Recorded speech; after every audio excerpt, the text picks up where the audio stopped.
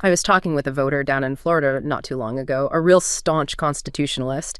He spent a good 20 minutes just lecturing me on the absolute sanctity of the law. Oh, wow. Yeah.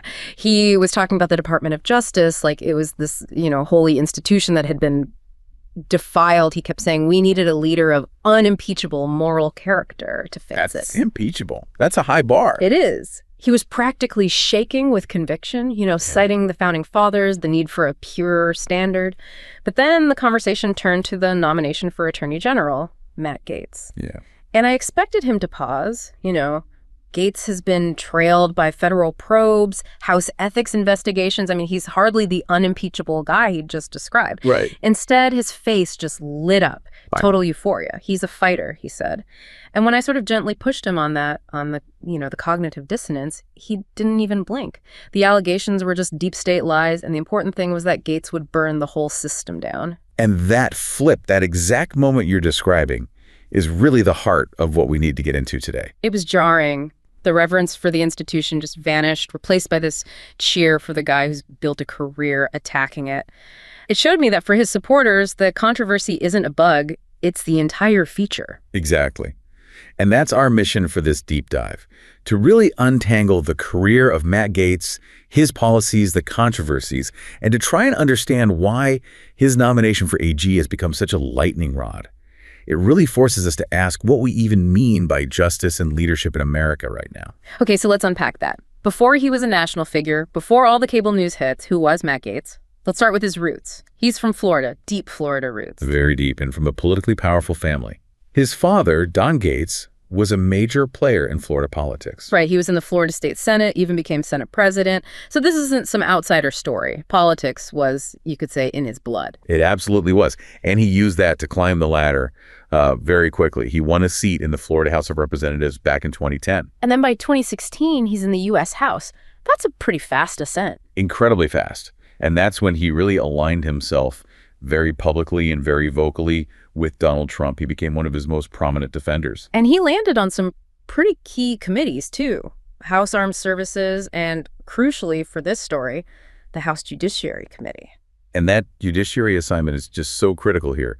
That's the committee with direct oversight of the Department of Justice, the FBI, the very agencies he's now being tapped to lead. It gave him this huge national platform to launch his critiques. But if you look at his actual policies, it's not a straight, simple conservative line. There's this, a libertarian streak in there that causes what you could almost call policy whiplash. That's the perfect way to put it. On the one hand, he's a core conservative, a huge Second Amendment guy, always voting for gun rights. And he's got that non-interventionist foreign policy view. But then you get these other positions that just don't fit that mold, like his support for criminal justice reform, and especially for decriminalizing cannabis. Exactly. And that pairing, the fierce gun rights advocate who also wants to legalize marijuana, that's what causes the whiplash. A traditional old-school conservative just wouldn't touch drug reform. So what does that tell you? What's the signal he's sending with that kind of contradiction? I think the signal is that disruption is the main priority, not party doctrine. He's showing he's willing to challenge state power wherever he sees it, even if that means siding with what some conservatives would call a progressive issue. He's a disruptor first, a traditionalist maybe second. And of course, you have to throw in his constant criticism of big tech, his whole argument about censorship and political bias. That's made him a hero to a big part of the conservative base. Absolutely. His whole political identity is built on challenging power structures, whether that's the military or Silicon Valley or, and this is the most important one, the Department of Justice itself. And this is where things get really, really interesting, because the controversies surrounding him are central to everything, both for his supporters and his critics. Let's start with the big one, the 2021 federal investigation. Right. That was a probe into potential sex trafficking violations. It focused on relationships he had, financial transactions. I think a lot of people remember the stories about Venmo payments. Yes. And we have to be really clear here. After a very long investigation, no charges were filed against Matt Gaetz. A crucial point. No charges. But the very existence of that investigation, the nature of what they were looking into, did a lot of damage to his reputation. It raised serious questions about his judgment. And at the same time, the House Ethics Committee launched its own investigation. They did, also in 2021. And they were looking into a range of allegations, from sexual misconduct to potential misuse of funds. And the key thing about that one is that its status is still sort of unclear. Which is a huge problem if you're up for the nation's top law enforcement job. It's a massive problem. To have this cloud of ethical scrutiny still hanging over you, it just creates an obvious conflict. And then there's a whole association with Joel Greenberg, The former Florida tax collector who was convicted of some very serious crimes, including sex trafficking. Now, again, Gaetz was not implicated in Greenberg's criminal case. But the association itself? The association raises profound questions. Critics would say it points to, at best, incredibly poor judgment about the company he keeps. And for an attorney general, judgment is everything. And all of these controversies, it all feeds into his public posture.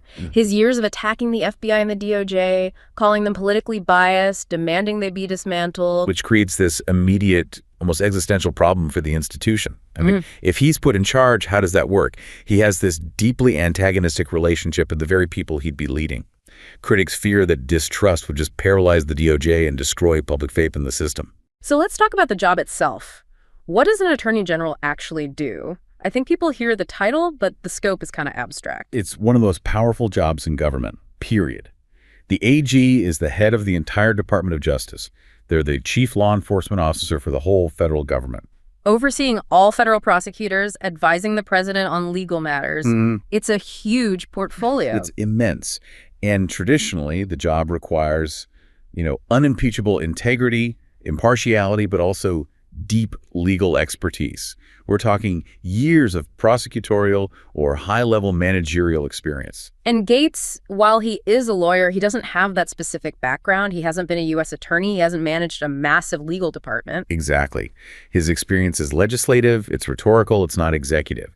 And so his nomination creates this deep, deep anxiety inside the DOJ. It's that classic saying, the fox in the henhouse. You just have to imagine what it's like for the career people inside the DOJ. Thousands of them, prosecutors, agents, civil rights lawyers, people who just follow procedure. Right, they're just quietly doing their jobs. And then the news flashes on their screen. The man who was literally the subject of one of their own federal investigations might now become their boss. It's a profound culture shock. The fear for them is that he would use the immense power of the DOJ, its ability to prosecute, to go after political enemies, rather than just applying the law fairly.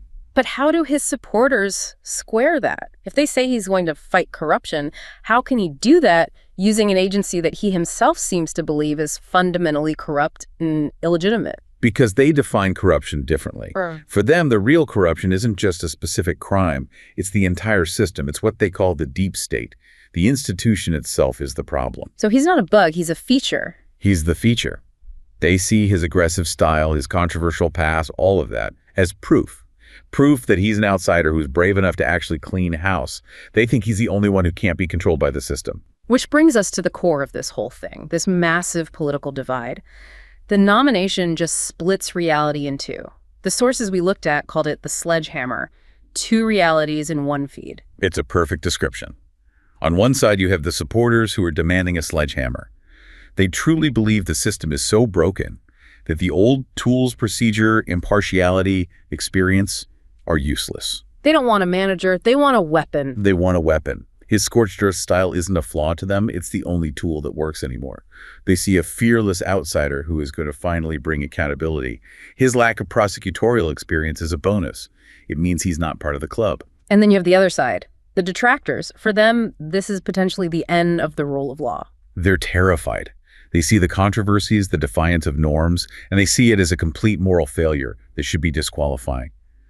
They worry that DOJ will become a tool for political revenge and that public trust in the entire justice system will just evaporate. And the split is almost perfectly along party lines, which turns this from a debate about qualifications into another battle in the culture wars. It really does.